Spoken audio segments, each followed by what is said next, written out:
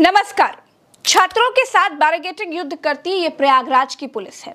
Barricading हवा में है, उधर से पुलिस ठेल रही है, इधर से छात्र बैरिकेडिंग को हवा में ही ठेल रहे हैं। दोस्तों, ये धार्मिक यात्रा में निकली हुई भीड़ होती तो शायद योगी की सरकार इनके ऊपर फूल बरसाती, लेकिन ये नौजवान छात्र यूपीएससी परीक्षा में सरकारी चोर दरवाजे को बंद कराने के लिए सड़कों पर उतरे हैं तो इनके ऊपर लाठियां बरसाई जा रही हैं। ये नौजवान किसी मस्जिद पर चढ़कर झंडा लगा रहे होते या फिर किसी दोस्तों, देश के अंदर इतना भारी बवाल हो गया, लेकिन सारी खबर को गोदी मीडिया ने गायब करा हुआ है कि किस तरह से प्रयागराज के अंदर हजारों की तादाद में स्टूडेंट सड़कों पर निकले हुए हैं और किस तरह से मोदी सरकार के पैर उखाड़ते हुए नजर आ रहे हैं प्रयागराज के अंदर से। दोस्तों, आप लोग इस रिपोर्ट को जरा गौर से देखिएगा और सुनिएगा कि किस तरह से हजारों की तादाद में जो स्टूडेंट है वो सड़कों पर निकले हुए हैं और उनका दमन किस तरह से किया जा रहा है, लाठीचार्ज उन पर किया जा रहा है। इस रिपोर्ट को देखिए। नमस्कार। छात्रों के साथ बैरिकेडिंग युद्ध करती ये प्रयागराज की पुलिस है। बैरिकेडिंग प्रयागराज में उधर से पुलिस ठेल रही है, इधर से छात्र बैरिकेडिंग को हवा में ही ठेल रहे हैं। दोस्तों, ये धार्मिक यात्रा में निकली हुई भीड़ होती तो शायद योगी की सरकार इनके ऊपर फूल बरसाती, लेकिन ये नौजवान छात्र यूपीएससी परीक्षा में सरकारी चोर दरवाजे को बंद कराने के लिए सड़कों पर उतरे हैं तो इनके ऊपर लाठियां बरसाई जा रही हैं।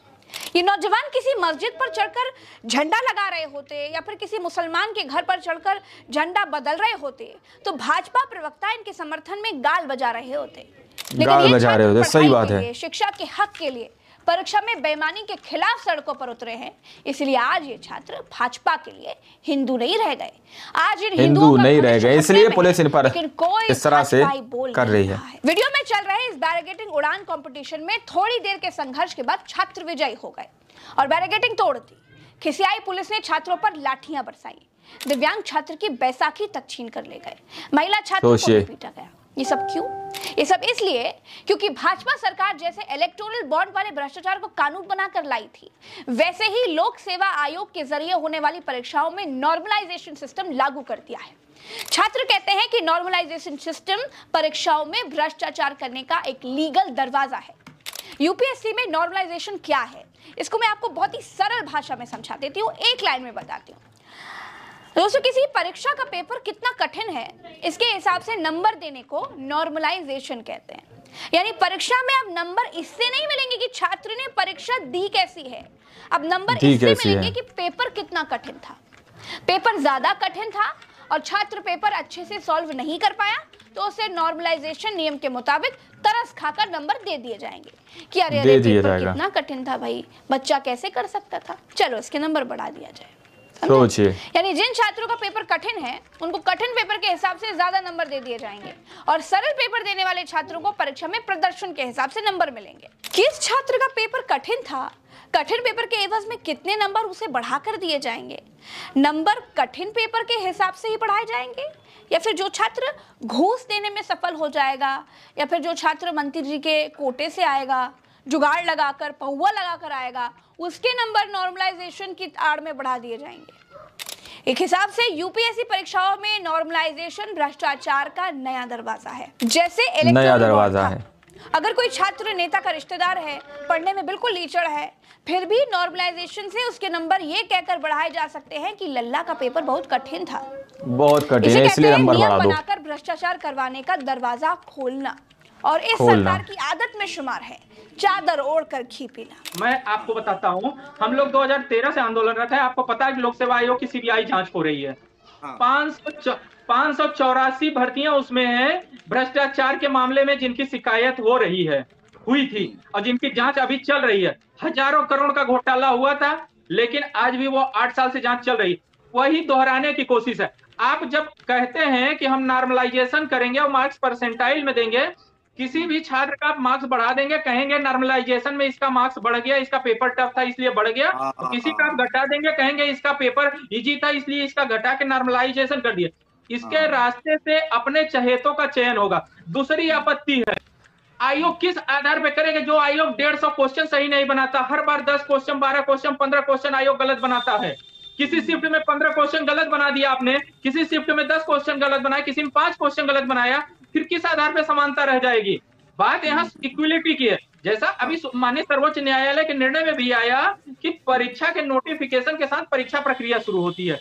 इसके बीच में अगर आप किसी भी प्रकार का बदलाव करते हैं, इंटरवेन करते हैं, तो आर्टिकल 14 का वायलेशन होता है, जो कॉन्स्टिट्यूशनल राइट, फंडामेंटल राइट है। आप स्टूडेंट को क्या समझ रखे हैं? हम पिछले 4 दिनों से बैठे हुए हैं, रात दिन छात्र बिना खाए बैठे हैं। अभी आपको मैं बताता हूँ, परसों शाम को फोर्स मेरे पैतृक आवास पे पिछले 4 दिन से बिना खाए पिए बैठे हैं छात्र। देश के अंदर इतना बड़ा काम चल रहा है, लेकिन मीडिया आप लोगों को खबर नहीं दिखा रहा। धमकाया जा रहा था कि आपके बेटे को आंदोलन करेगा, जिंदगी बर्बाद कर देंगे, आप लोगों की जिंदगी बर्बाद कर देंगे, धमकी दी जा रही है। आप कल की मीडिया की खबरें उठा के देख लीजिए, मुझको लगातार फोन करके धमकी दी जा रही, फोन ट्रैप किए जा रहे हैं। क्या हम अपराधी हैं, आतंकी हैं? जिस तरीके से सुबह 6:30 बजे आंदोलनकारी बच्चों को उठाया गया, आंदोलन का नेतृत्व करने वाले बच्चों को उठाया गया, आप सबने देखा, पूरा प्रदेश देख रहा है, पूरा देश देख रहा है। घसीट के जिस तरीके से ले जाया गया, क्या वो मजारिया हिस्ट्री सीटर था? वो एक आंदोलनकारी, एक विद्यार्थी है। आप में मानवता है, उसके फंडामेंटल। बेटियों के साथ बर्बरता की गई, सुबह बदतमीजी की गई है। इस मामले को हम लोग स्वीकार नहीं करेंगे। हम जल्दी पिटीशन मानवाधिकार आयोग और महिला आयोग में लेके जा रहे हैं। और आज शाम तक जिन छात्रों को सरकार द्वारा भेजे गए प्राइवेट गुंडों द्वारा उठाया गया है, अगर नहीं वापस आते धरना स्थल पे, तो माननीय उच्च न्यायालय में रीट पिटीशन लेके मैं जा रहा हूं। दोस्तों, सरकार कहती है कि नॉर्मलाइजेशन नाम का आविष्कार हमने इसलिए किया क्योंकि हर पेपर के लेवल में थोड़ा बहुत अंतर होता है। इसी अंतर को खत्म करने के लिए ये सिस्टम लागू किया जा रहा है। तो छात्रों को ये समझ में नहीं आ रहा है कि भैया तुम पेपर कठिन और सरल बनाते क्यों हो? या तो पेपर कठिन बनाओ या तो पेपर सरल बनाओ। अरे मैं तो कहती हूँ कि जिस तरह की परीक्षा है, जिस तरह की नौकरी के लिए परीक्षा है, उसी लेवल का पेपर तैयार करो ना। इस सरल कठिन की जुमलेबाजी क्या हो रही है भाई? और एक ही परीक्षा का एग्जाम कई दिन चलाने की क्या जरूरत है? एक परीक्षा का पेपर है, उसे एक दिन में ही खत्म करा दीजिए। परीक्षा है, कोई भागवत कथा थोड़ी है जो रोज रोज तक चलेगी। जब आप कुंभ की तैयारी सालों पहले से करते हैं, जब आप इलेक्शन की तैयारी कई महीनों पहले से करते हैं, जब चुनाव आयोग एक साथ चुनाव करा सकता है, जब आप वन नेशन वन इलेक्शन की बात करते हैं, तो फिर एक दिन में एक परीक्षा क्यों नहीं हो सकती है भैया? लोक सेवा आयोग छात्रों की परीक्षा एक साथ क्यों नहीं करा सकता है? लोक सेवा आयोग कोई भजिया तलने के लिए थोड़ी बनाया गया है। दोस्तों, ये नॉर्मलाइजेशन का बवाल शुरू कैसे हुआ, ये भी आपको जानना चाहिए।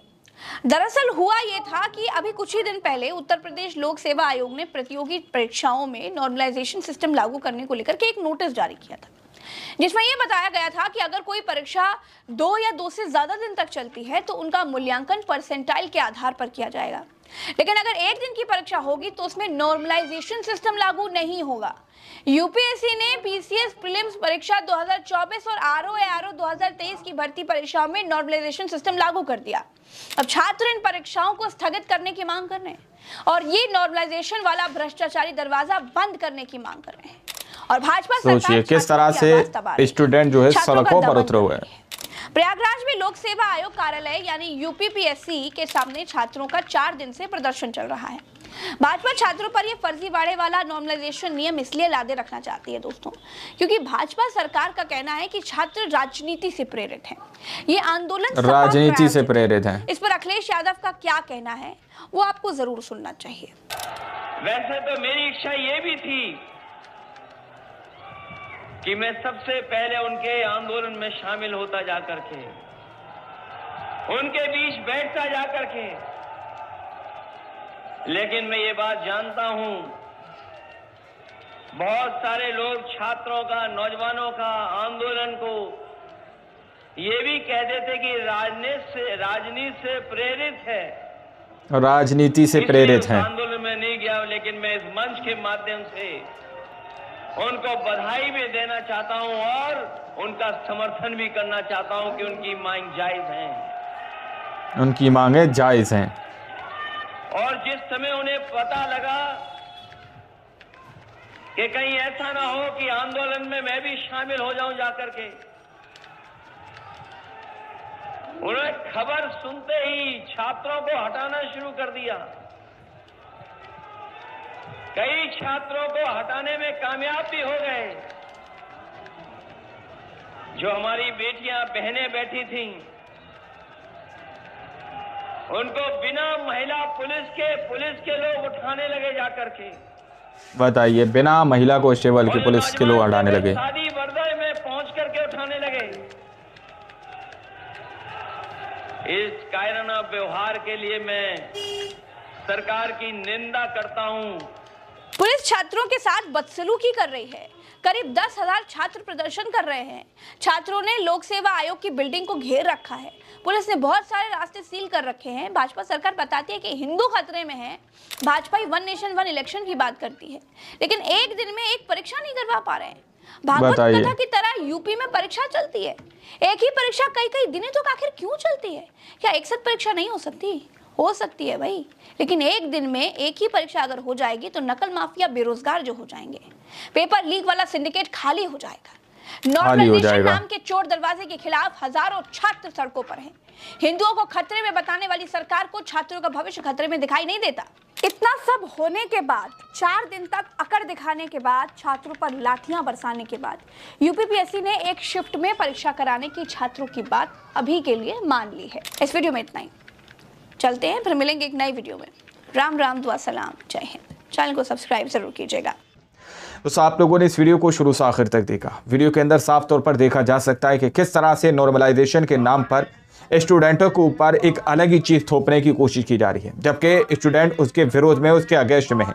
अब ज़रा सोचिए कि अगर यही भीड़, जैसा कि प्रज्ञा मिश्रा जी ने कहा, यही भीड़ अगर किसी मस्जिद के ऊपर या किसी धार्मिक जुलूस में आई हुई होती तो इस पर फूल बरसाए जा रहे होते। लेकिन ये स्टूडेंट है जो कि अपना हक मांग रहे हैं, अपना राइट्स मांग रहे हैं, तो उनके ऊपर लाठी चार्ज किया जा रहा है। एक तरफ प्रधानमंत्री नरेंद्र मोदी जी नारा देते हैं, एक रहेंगे तो सेफ रहेंगे, बटेंगे तो कटेंगे। ज़रा सोचिए, ये जो आने वाले वक्त के भविष्य के लोग हैं, इनके ऊपर लाठी चार्ज किया जा रहा है। आखिर वही वाली बात जो पहले कहा गया था कि सरकार सत्ता के अंदर आएगी बीजेपी तो सबको सड़कों पर ला देगी। कहीं पर स्टूडेंट हैं, कहीं पर पहलवान हैं, तो कहीं पर कोई है, तो कहीं पर कोई है। इस तरह की तस्वीरें सामान्य होती हुई नजर आ रही हैं। बाकी आप लोगों ने इस पूरे विरोध को देखा, इस प्रोटेस्ट को देखा, इस वीडियो को देखा, ज़रा आप लोग अपनी राय कमेंट सेक्शन में ज़रूर दीजिएगा। और सच्ची पक्की खबरें देखने के लिए चैनल को सब्सक्राइब कीजिए। मिलते अगली वीडियो में, जब तक के लिए जय हिंद, जय भारत।